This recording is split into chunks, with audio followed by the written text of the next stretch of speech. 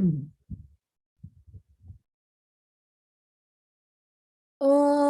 Namo Bhagavate Vasudevaya. Om Namo Bhagavate Vasudevaya. Om Namo Bhagavate Vasudevaya. Om Ajnanatimirandasya Jnananjana Shalakaya Chakshurunmilitam Jena Tasmai Shri Gurave Namaha. Namam Vishnu Padaya Krishna Prishtaya Bhutale Srimate Bhaktivedanta Swamiti Namane Namaste Saraswati Deve Gauravani Pracharine Nirvishesha Shunyavadi Paschatya Deshadarine Jai Shri Krishna Chaitanya Prabhu Nityananda Shri Advaita Gadadhara Srivasadi Gauravaktaranda Hare Krishna Krishna Krishna Hare Hare Hare Ram Ram Ram Hare Hare. Srimad Bhagavatam Ki Jai. The medicine that heals the heart. My mentor, I learned from my mentor that whatever happens in whatever life circumstances, always like dig your heels into Srimad Bhagavatam, the knowledge of Bhagavatam, because it's Krishna. My mentor wakes up at like 2 o'clock because he is an advocate and is very busy, everything, but still wakes up and studies Bhagavatam and chants the rounds. So no matter what happens, if we cling to Srimad Bhagavatam, whenever, I mean, even if we don't make it to this class, but touch with Bhagavatam, reading some verse from Bhagavatam, getting that medicine that brings us out of that illusory identification with who we are and gives us a broader understanding of who actually we belong to and who we can become and what's our original nature. It's such an important reminder. All right, let us begin the 10th chapter of the 3rd canto of Srimad Bhagavatam. I will start reading and then you can continue. Divisions of the creation. Maitreya recounts how, after Vishnu instructed him, Brahma meditated for 100 celestial years. Then, guided by the Lord in his heart, he began to create. Maitreya also explains the nature of time, which is the Lord's form for controlling the material universe, the 10 stages of creation, and the 3 types of annihilation.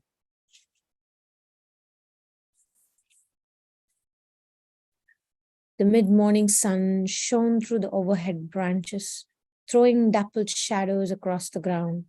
A pleasant breeze carried the fragrance of champa flowers through the clearing at Naimisharanya, where Suta sat before 88,000 sages. Neither the chattering of the pink-faced monkeys in the surrounding trees nor the incessant cry of birds distracted their attention as Suta spoke.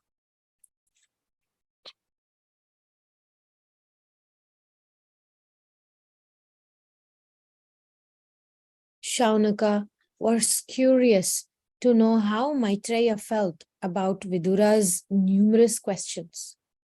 Suta said, "O wise son of Brigu, the great sage Maitreya was enlivened by Vidura's queries.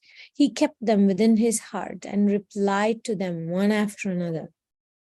Some sages called out, 'Pray, tell us what transpired next.'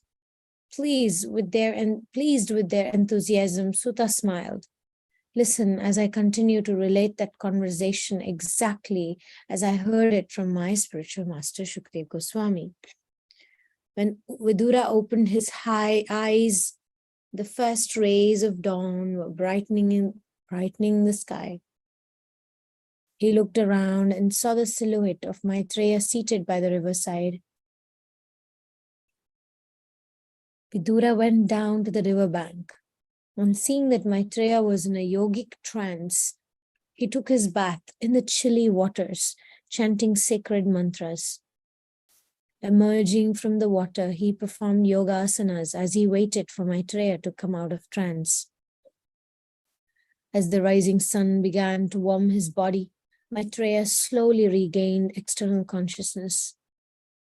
Seeing Vidura nearby, he greeted him. The two friends collected wild nuts and edible roots, which along with the fresh figs served as their breakfast.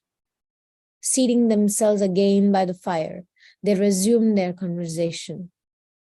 Vidura said, "Greatly learned one, please let me know how the grandfather of the planetary inhabitants, Brahma, created the living beings' bodies from his own body and mind after Vishnu disappeared from his vision.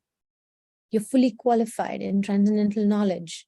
Therefore, kindly eradicate my doubts by answering the questions I asked last night."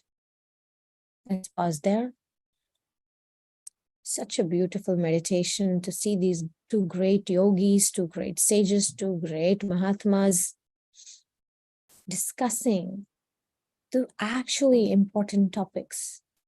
If we look at the modern day situation, we see people talking politics, people talking sports, right? There's a definition about you can understand the intelligence of people based on the conversations they have. So people with less intelligent, little intelligent, those who are capable only of talking about events. Oh, this happened, that happened, somebody did that and somebody has something else happened and this is going to happen and that is going to happen. People focused on events. It's like a very kind of we need that also, but if that's the focus and somebody can only talk about events, that's a level of intelligence. And then there are people who talk about people. Oh, he did that, he said that, and he's like that, he's like this, she's like that, she's like this.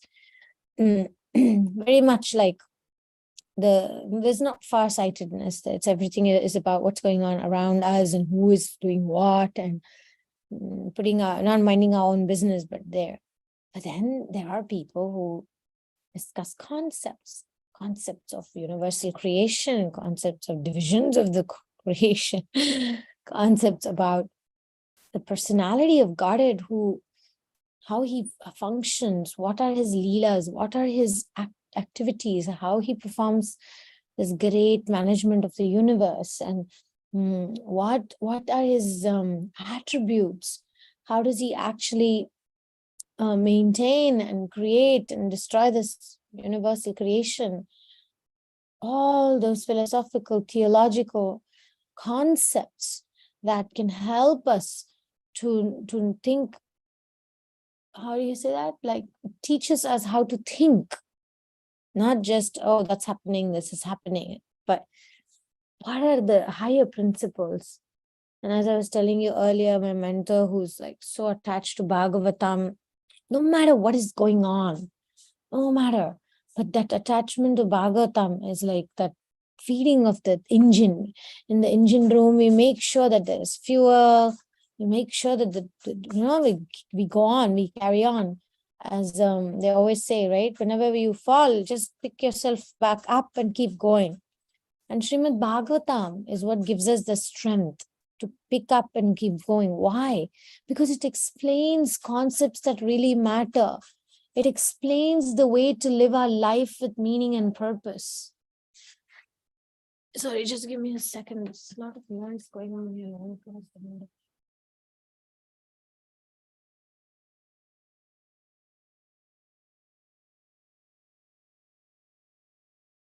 So this Srimad Bhagavatam is not just some religious literature.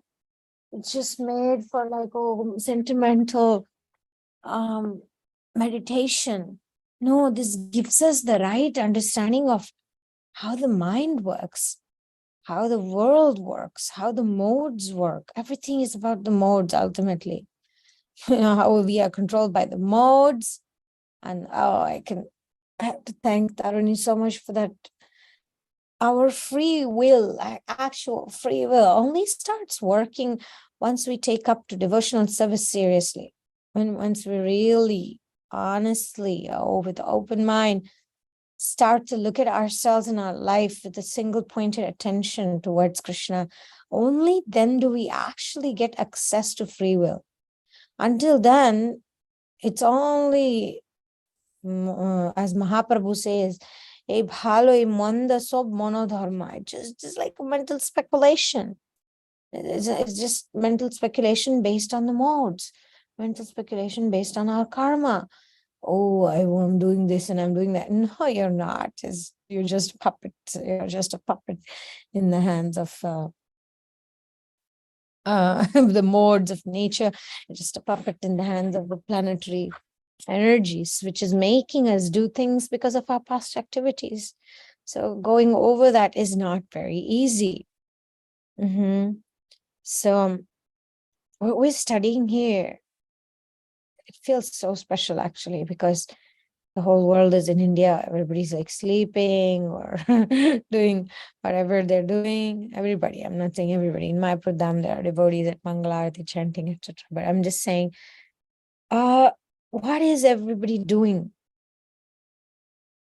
to take shelter?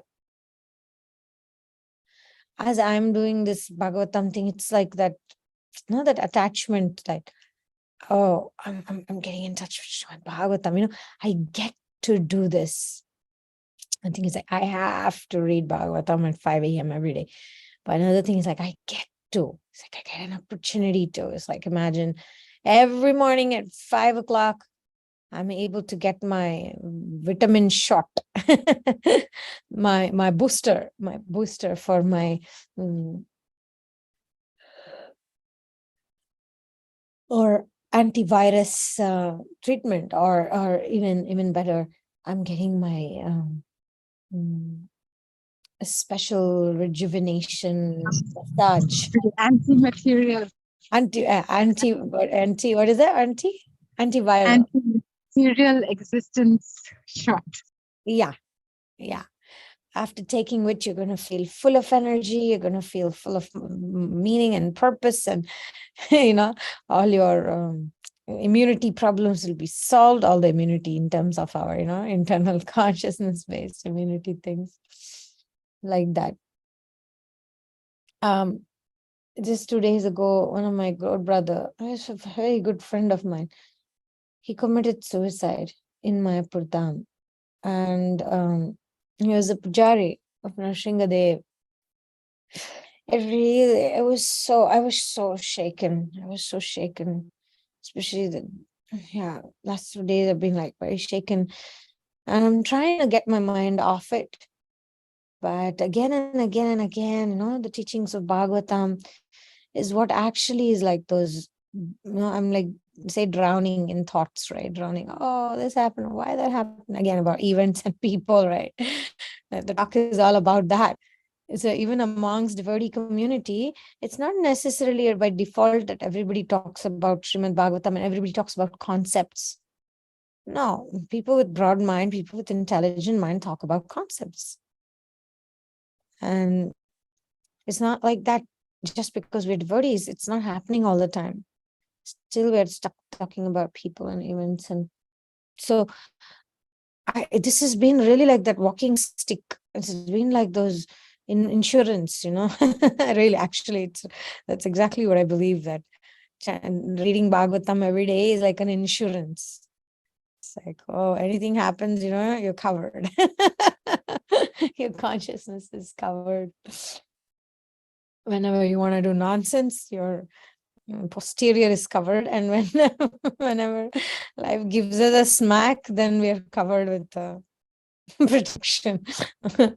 What's that car airbag, right? When you're driving and something happens, the airbag comes up. So the Bhagavatam is like that. So I've been consoling myself about faith that Krishna. So yeah, I don't know, like I had a little bit of a argument with Savitri Mataji yesterday because we were talking about the death of this Pujari. and everything. And she was saying, oh, people who do something like that, they don't have faith in Krishna. And I was like, no, they have faith in Krishna. He chanted 100 rounds before he did what he did. And he must have gone to Nrsingadev and hugged him and held him and put his head on his lotus feet and taken permission from Nrsingadev. And, if Nrsingadev didn't want to stop it, he lost faith in devotees. He had faith in Krishna. And then Savitri Mata, she's like, both are the same thing. Having faith in Krishna and having faith in devotees. And I'm like, no, it's because he lost faith in the devotees. Devotees started to accuse him of theft, which he didn't do. And, anyway, I was like in that mood of like trying to understand the difference between what does it mean to have faith in Krishna and to have faith in the devotees. And then I'm looking at this situation. You see how Krishna is like very clever. He gives us answers based on our, like when he gives us answers like readily. So I'm looking at this chapter. I'm looking at what's happening between Vidura and Maitreya.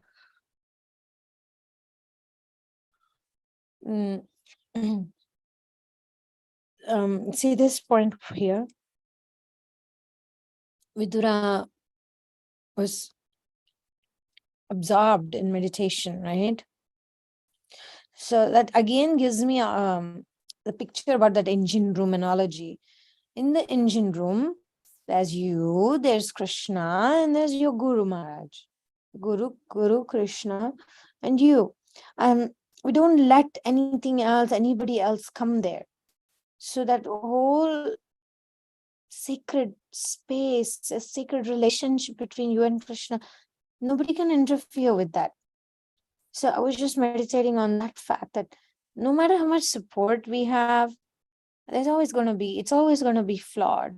It's always like imperfect. No matter where, we have the father, we have the husband, we have the son, we have all those facilities that Vedic scriptures require for a woman, for instance, or we might have all the support system and the resources and the perfect career and we hire the right people, whatever it is. It's never going to be perfect. It's never going to be enough for the soul to find the way to get out of this material world. Never. But what can is this study of Bhagavatam. What can is that chanting with desperation. Oh God, as I'm saying that, I'm thinking I haven't done it in a while. I need to do that. I need to get to that chanting like a baby crying for the mother's attention. So all the tools are there. It's just that we take shelter of our mind. We keep clinging to the mind and the thoughts of the mind and then the situation around us. As I'm thinking about it, whenever things are happening in my life, or like there's this wedding coming up and I'm supposed to be the mother at the wedding because the devotee's parents are not willing to, like they don't like that she's marrying a devotee, etc. So me and my husband will be doing the Kanyadan. And I'm just giving an example that my mind is saying, until then, everything is on hold. Not everything, meaning eating, sleeping, and all that, but I'm saying in the mind, I'm thinking whatever I need to do, like chant seriously or or study the actual Bhagavatam where Prabhupada is speaking about, or whatever it is, and I'm like, no, later, after the wedding, after the wedding, after the wedding. So that's kind of like the mind clinging to events, right? That's kind of, and then something else happened, and like say I'm having a conflict with somebody, or my friend is gonna go away or something for a while, and my focus is like, oh, she's going away in 3 days, for the next 2-3 days I'll just focus on her, after that I'll think about what I need to do. So there's always that the mind is always like finding excuses. Exactly. Mind is always finding excuses to put something on hold. What is it? The most important things on hold.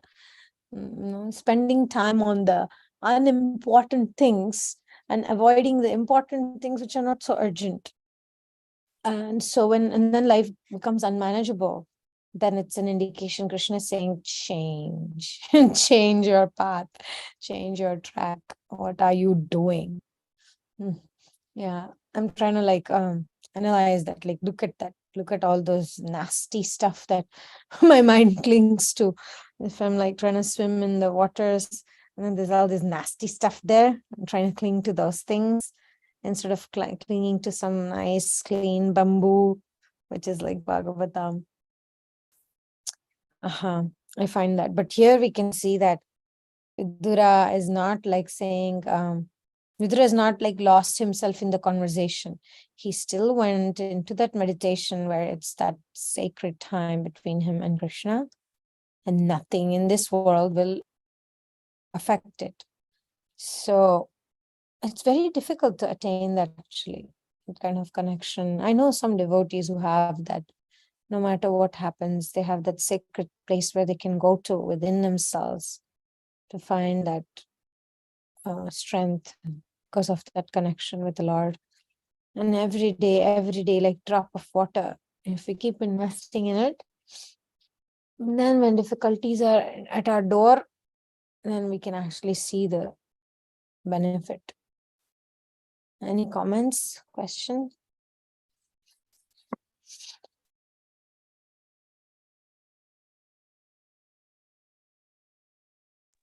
All right, let's continue. Yeah, sorry, I go just ahead.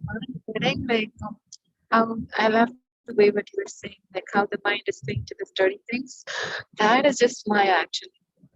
So for non-devotees, I just heard that Maya says, "Oh, this devotion thing is like so difficult. It's not nice. It's not appealing. Don't do it." But for devotees, Maya says, "Let's do it. Let's just hold on. Just one more day. Then we'll do it tomorrow. Mhm. Sure, it'll become sincere from tomorrow. Just one more day. Come on, like that. That's how Maya does." And I was just thinking about it today, the way beautifully you said again, like how the mind is clinging onto this other thing. That's also Maya. So unless we really, I mean, I'm thinking if I cannot recognize that, right? That this is a trick that I'm falling into, we'll never get out of it, right?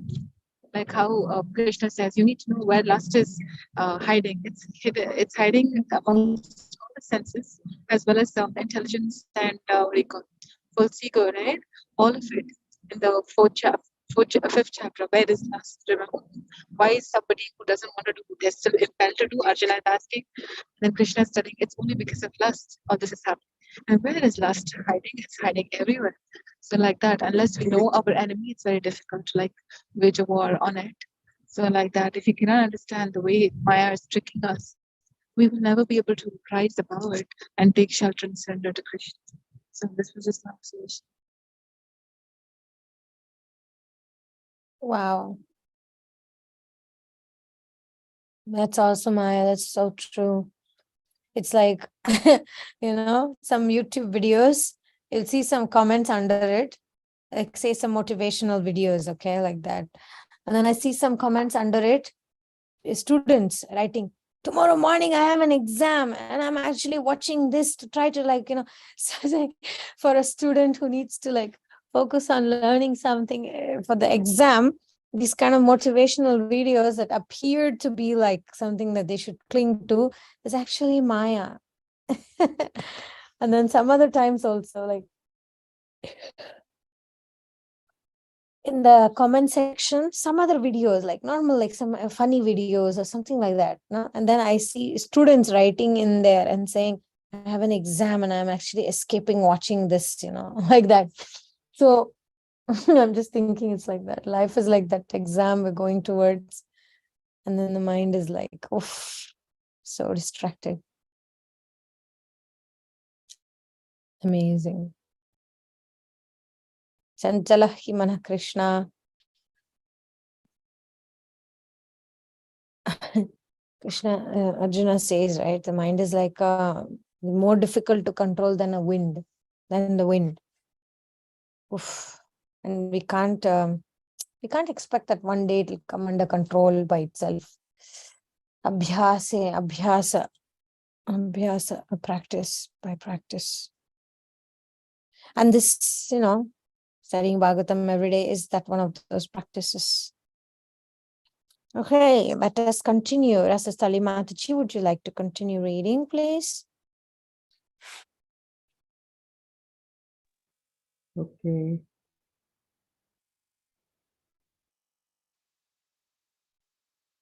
Inspired by Vidura's inquisitiveness, Maitreya took a few moments to recall Vidura's queries and then said, after Vishnu instructed him to perform penance prior to creating, Brahma meditated on the Lord for 100 celestial years.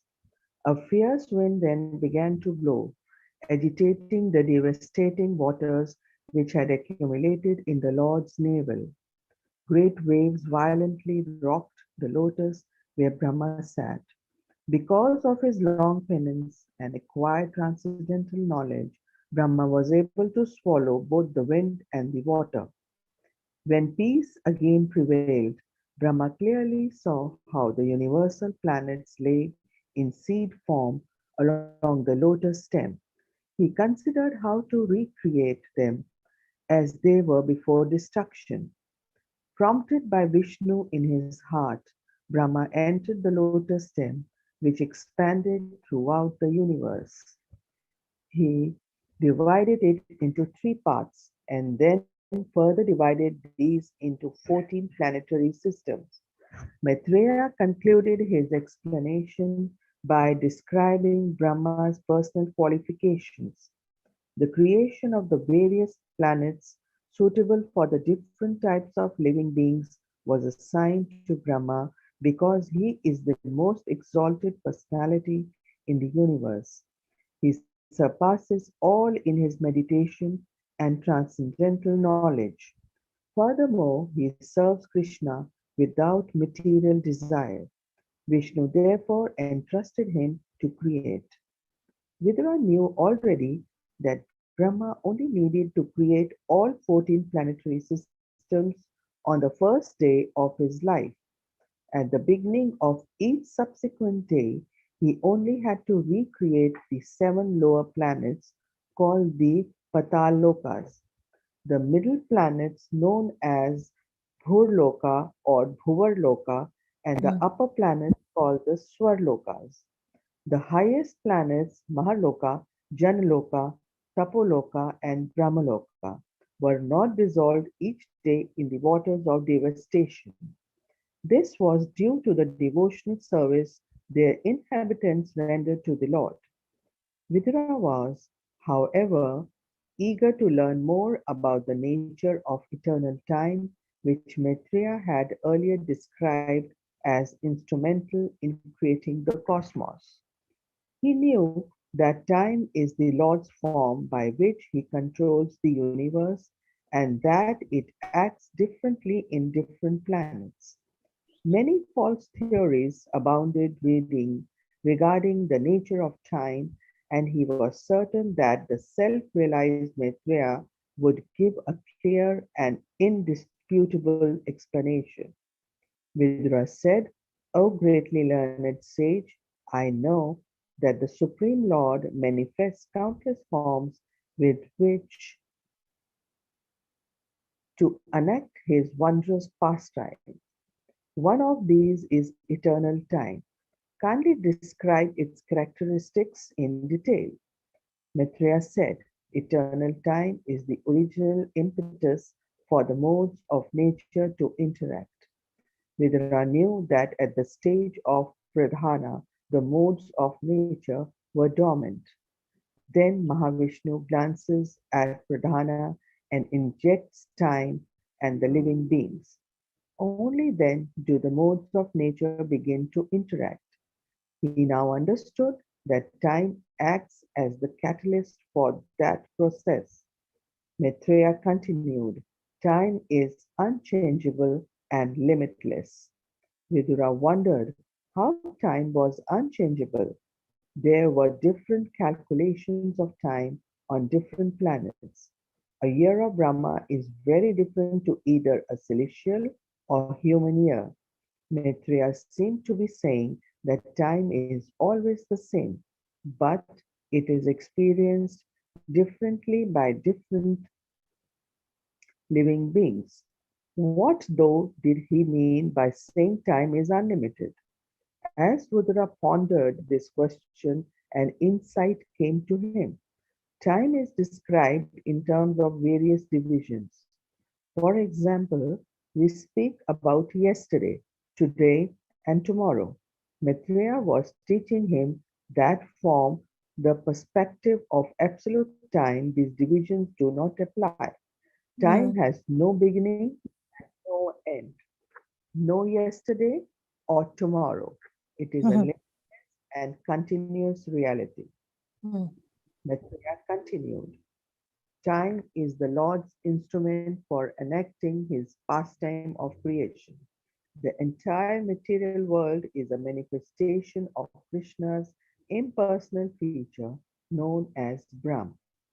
Part of the Brahm has been separated from the Lord by means of time and transformed into the material energy, or in other words, the three modes of material nature.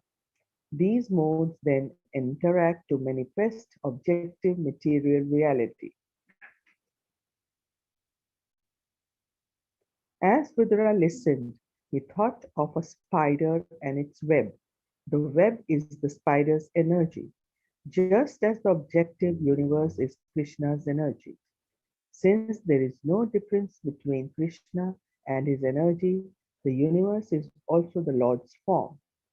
Maitreya continued, Vidura, you should know the eternal time perpetually creates, maintains, and dissolves the cosmos, as well as the initial creation which occurs naturally due to the interactions of the modes of nature. There are another 9 stages of creation. There are also 3 kinds of annihilation. The first is executed by time alone, which annihilates the universes. This occurs at the end of Brahma's life. The second occurs due to a fire emanating from the mouth of Ananta, lying at the bottom of each universal shell. This happens at the end of each of Brahma's days. The third type of annihilation is that of the individual bodies, which mm, is regulated by their own karmic reactions. mm, With that, I am interested to know more about the different stages of creation. Maitreya said, the first creation is the Mahatattva, the mm. total material ingredients. This occurs when Krishna glances as Pradhana, thereby agitating the dormant modes of nature. The second is when the false ego is generated, which is the source of the three principal creative energies, Dravya, Jnana, and Kriya Shaktis. Dravya Shakti is the origin of the material ingredients, Jnana Shakti of material knowledge, and Kriya Shakti of material activities. In the third stage of creation, the matras are created: sound, touch, form, taste, and smell. They are the source of the 5 gross elements: ether, air, fire, water, and earth. In the fourth stage, the knowledge acquiring and active senses are created. In the fifth stage, the controlling gods and the mind are created from false ego in the mode of goodness. The sixth stage of creation is the ignorant darkness, which obliges the pure spirit soul to act like a fool.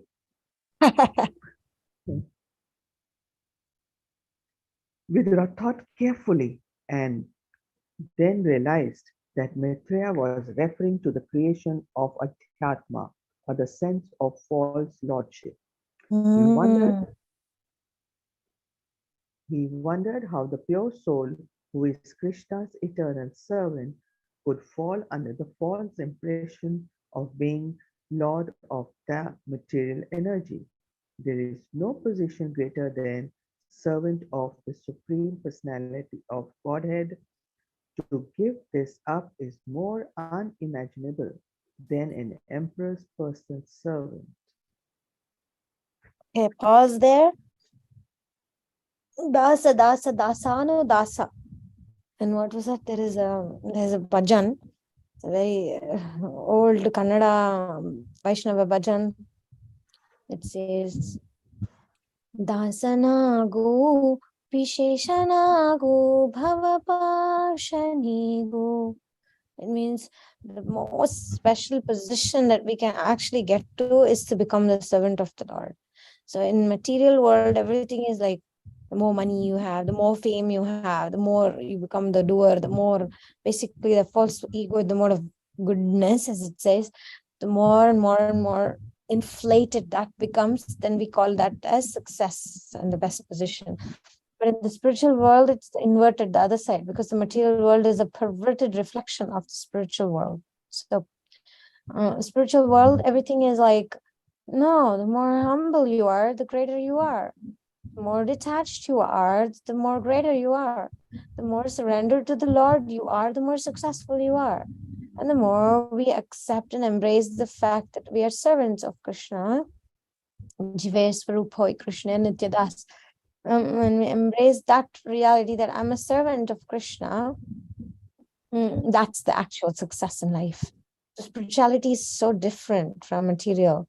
Spirituality is all about being open, being vulnerable, to let the Lord in, to let the Lord do all the heavy lifting. And we just take shelter of the Govardhan hill without trying to figure it out, without trying to utilizing self-will to fix our existence. Okay.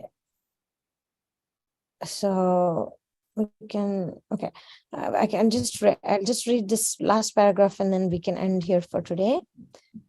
To give this up is more unimaginable than an emperor's personal servant becoming a petty criminal. How was it possible? That's where we stopped, right?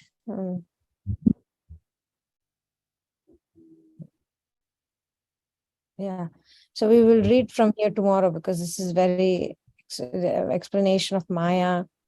It is very good. We'll read it from there tomorrow.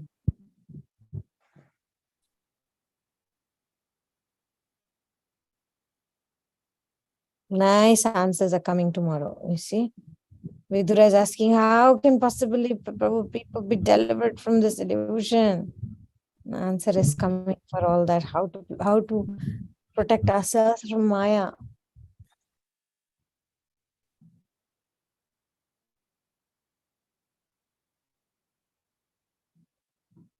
Any other thoughts before we close today?